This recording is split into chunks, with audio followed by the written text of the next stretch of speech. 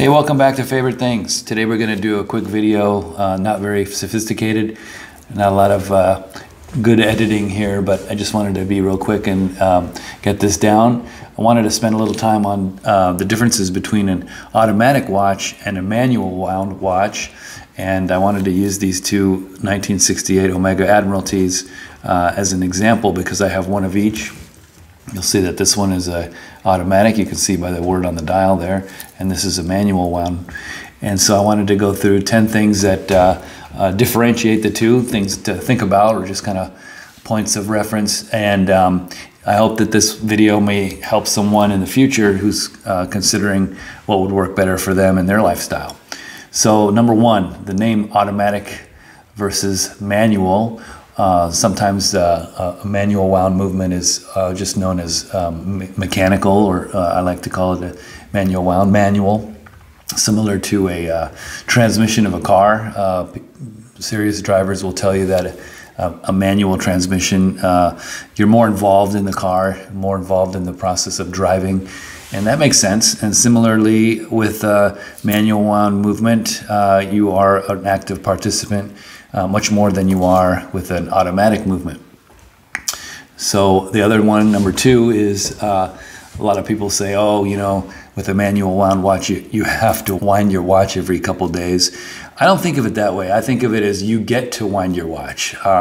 If you pick the right one, and it's a real joy to wind that watch, and I'll kind of talk about that. It's a really nice way to kind of be involved in your watch, and it feels good. It's a nice little ritual, and so I look forward to winding my manual wound watches. You just feel more connected to the machine of the watch. You are the transmission. The other thing to consider is that manually winding a manual wound watch feels considerably different than manually winding a automatic watch. There's a big difference in the feel, and that's kind of what I really like to spend a little time on. For example, here we're going to get this one started with a manual wound watch. As you start winding, you start feeling some spring tension as that mainspring is wound up inside the barrel. And there's, right now, I'm not sure you can tell, but there's even a little bit of back play as it's getting really close. And that is just a really nice feeling. There's that tactile back play. And versus when you're winding an automatic, since there's that overcoil protection, so it doesn't overcoil with the rotor, there isn't that same spring-loaded feeling, so it doesn't tighten up as you're winding, and so there's no resistance really, not much anyway. The next one I want to talk about is just the actual ritual of winding. If you have multiple watches, it's part of the ritual of winding and setting the watch. It's kind of nice. You know, I'll probably do a video about how I like to set my watches. You know, there's not only setting the correct time, but also synchronizing the minute hand with the seconds hand. I like to have the minute hand line up exactly on the minute when the seconds hand hits the 12. So that is part of the ritual along with winding the watch. So it's all kind of a nice little, call it a morning meditation. And so, yeah, with automatic, you just put it on your wrist and go, and so you kind of miss that out. And it's not better or worse, it's just a different experience. Another thing I like about a manual wound movement is that the watch further differentiates itself as a mechanical watch from, say, a digital watch or certainly a smartwatch that never has to be set. So it just makes a profound difference. And so, you know, when you wear a manual wound watch, you're really getting the full experience of you know, old school timekeeping. And so almost like you ever see those old clocks that you have to wind with a key? That's kind of pretty cool. And it's just something that's rarely seen nowadays. Since they rarely keep atomic time, it really makes you appreciate the scientific and artistic achievements that have gone into this tiny little machine that keeps time. A big one for me is that a manual wound watch is a lot thinner than an automatic watch of the same type.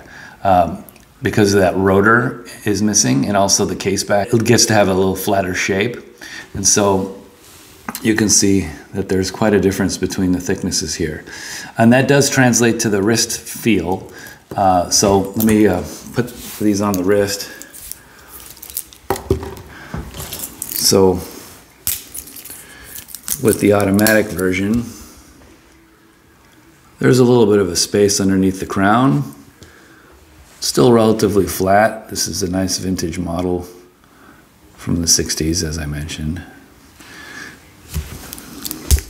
But the manual wound, without that rotor, it's a little bit slimmer case, and it just hugs the wrist a little bit better or for worse.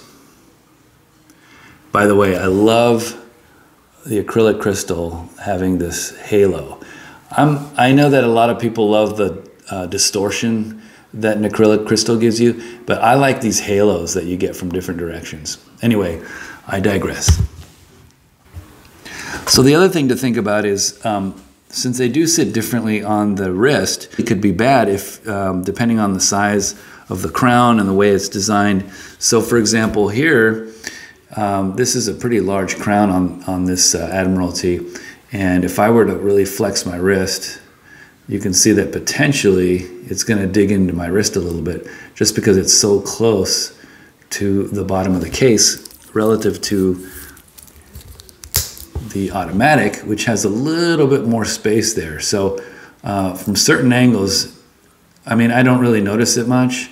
I suppose if I were going to do a bunch of push-ups, I might notice. But yeah, there is a little bit of an offset there. It's almost like maybe this case was designed with the idea that it would be fitted with a automatic movement and thus a thicker case back.